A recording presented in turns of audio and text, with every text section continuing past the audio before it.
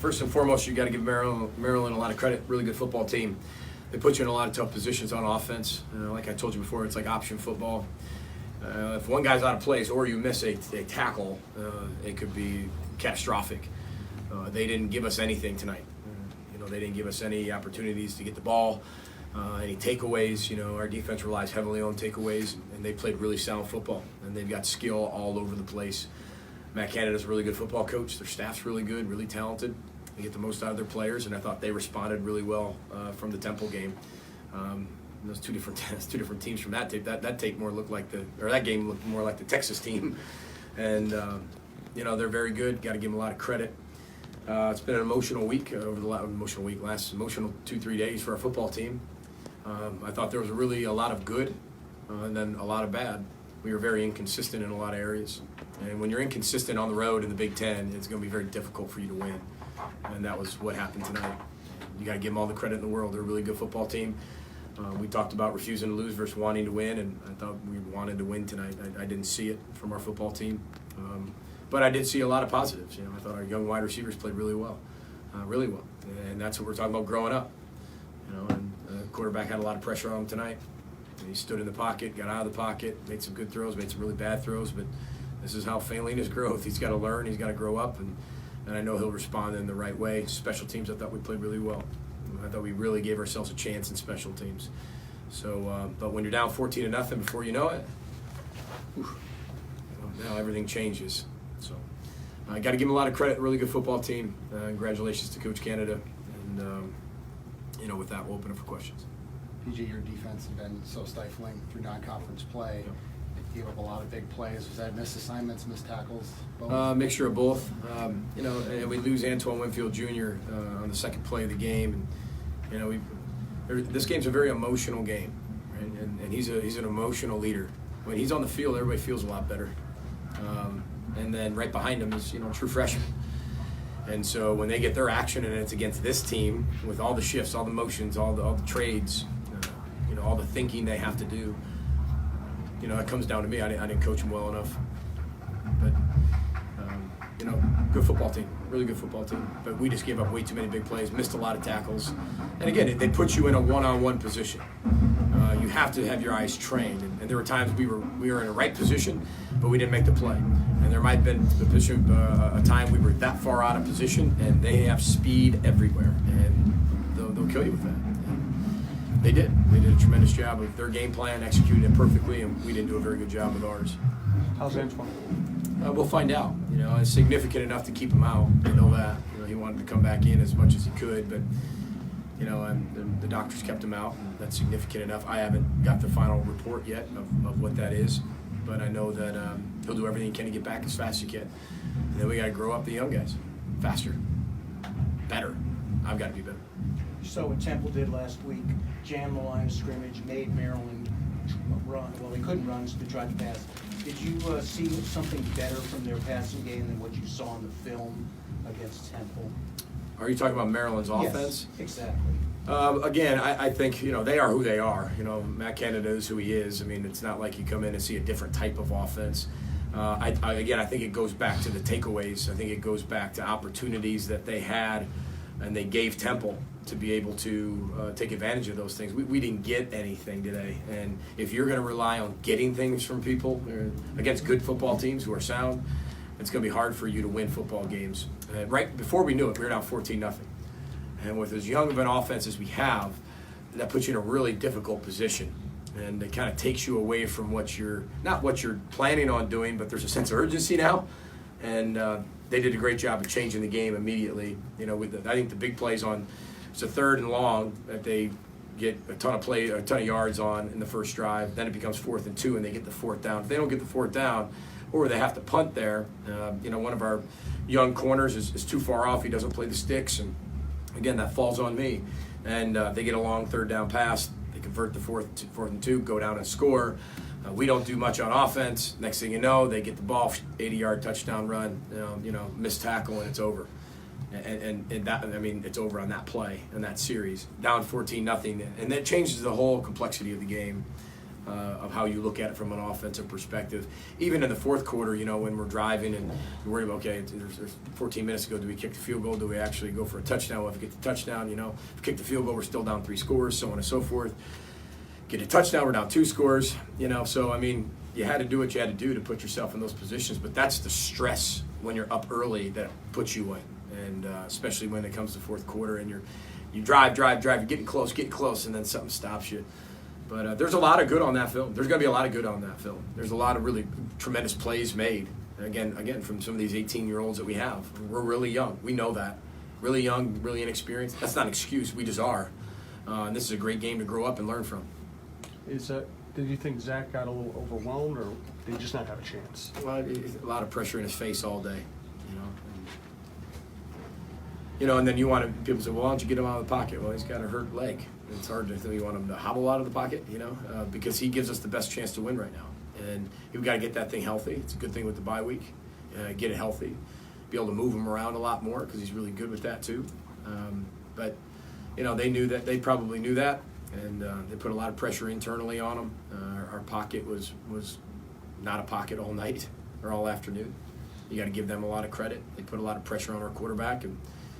But this is, again, he's got to grow up. Every thing that happens to him, he's got to grow up. And his leadership's got to continue to improve. Being able to respond to certain situations has to improve. Owning the team has to improve. And everything falls, there's 2 people who get the most credit when you win, and then there's 2 people who get the most credit when you lose, quarterback and head coach. And all deserving so. Those are 2 really important positions. And like I said, this is my fault. We didn't do a good enough job preparing them, and that falls on me. I know you were dissatisfied with the offensive line play after Miami. What needs to improve through this one too? Well, you just got to have lower pad level. That's what it comes down to. Lower pad level. We got to continue to develop our strength. There's some guys that have played a lot of football for us. Some guys have not, and we've got to be able to anchor down and build a nice pocket.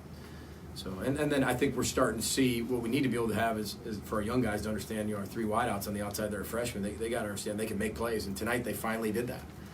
And so now, hopefully their confidence grows. People want to keep playing us that way. We can burn them in that way. But we just got to get the ball out of the hand a little bit sooner. We got to make better protection calls, and then we just have to be able to make better reads. There's a few times that we make the wrong read, or our eyes are in the wrong spot, and we have people open and we just don't get it to them. And those are things we have to continue to improve on. That's somebody just not mastering the offense yet, and that it's our quarterback's 4th game, and a really young guy, but he's going to keep learning from it. And I'm proud of their efforts, especially in offense. We kept driving, and it just we couldn't finish it, And then defensively, we were 5 big plays. When it comes down to it, and what I have written down is 5. I'm sure there's more, but there were 5 big plays, whether missed tackle, whether missed assignment. And again, I didn't do a good enough job coaching. What do you feel they did to take Tyler away? Oh, they bracketed him. They did some things with him, sure. But again, when you throw the ball, you got to catch the football. And I thought the young guys did a really good job of that tonight. They did. You look at Chris Bell.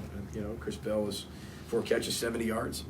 There's a freshman, and Rashad Bateman, 7 catches, 68 yards, his first touchdown in his career. So, we're developing. Nobody's going to be excited about the loss. I know people are going to be disappointed, but this is part of the journey. This is all part of it. Like I told you before, there's going to be some high successes. There's going to be some really low failings, and this is one of those failings. We just got to grow up and learn from them. There's so many opportunities to learn, and I know our team will.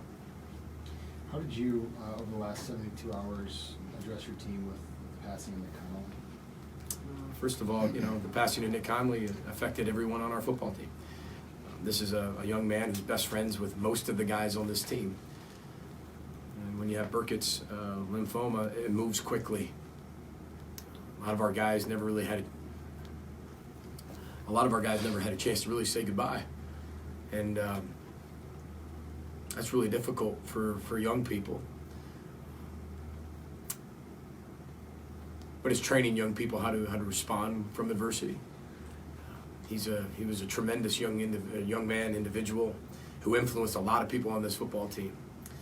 Even the kids who did not know him, who are our freshmen, heard stories all week, for the last 3 days about him. I spent time with our team when it happened. We were already done with practice when really I had the chance to really address them and let them all know. And then we set up counselors, we set up our mental health specialists, we set up our training staff, our coaches were available. Had a lot of kids in the office, handling it really in a real tough way, and a lot of guys up front. And again, there's no excuses how we play. It's just very incredibly emotional, and those kids are incredibly emotional in the locker room right now.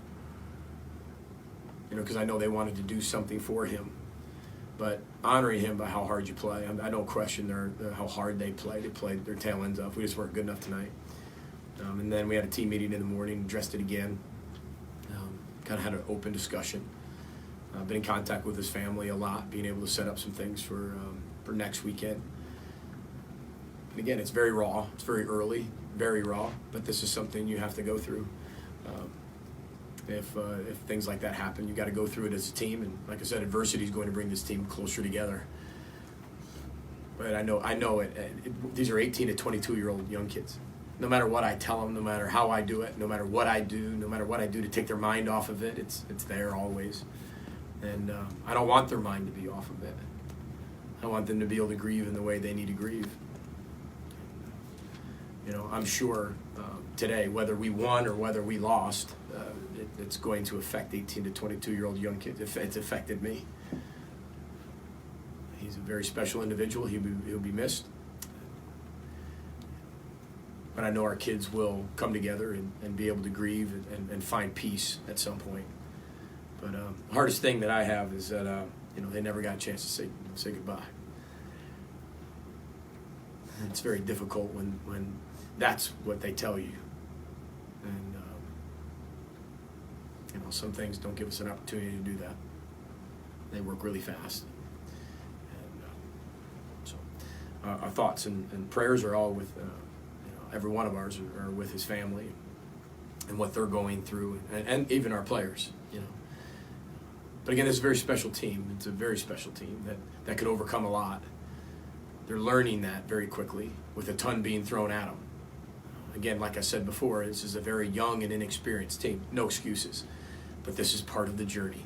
This is part of us losing tonight. It's part of what's needed to continue to grow. We don't want it, but it's needed, obviously. And then when you lose teammates who, obviously University of Maryland understands that. There's people who understand that. They understand that. And I appreciate their gesture as well. I'm wearing the sticker of Nick Connolly on their helmet. That's a class act move by their coaching staff and their administration and their university. But we'll all get through it together. We'll keep our oar in the water, keep rowing the boat. That's what it's about. And Nick Connolly, he loved the University of Minnesota. He loved being a football player here, and he'll never be forgotten. Do we have any more for Coach?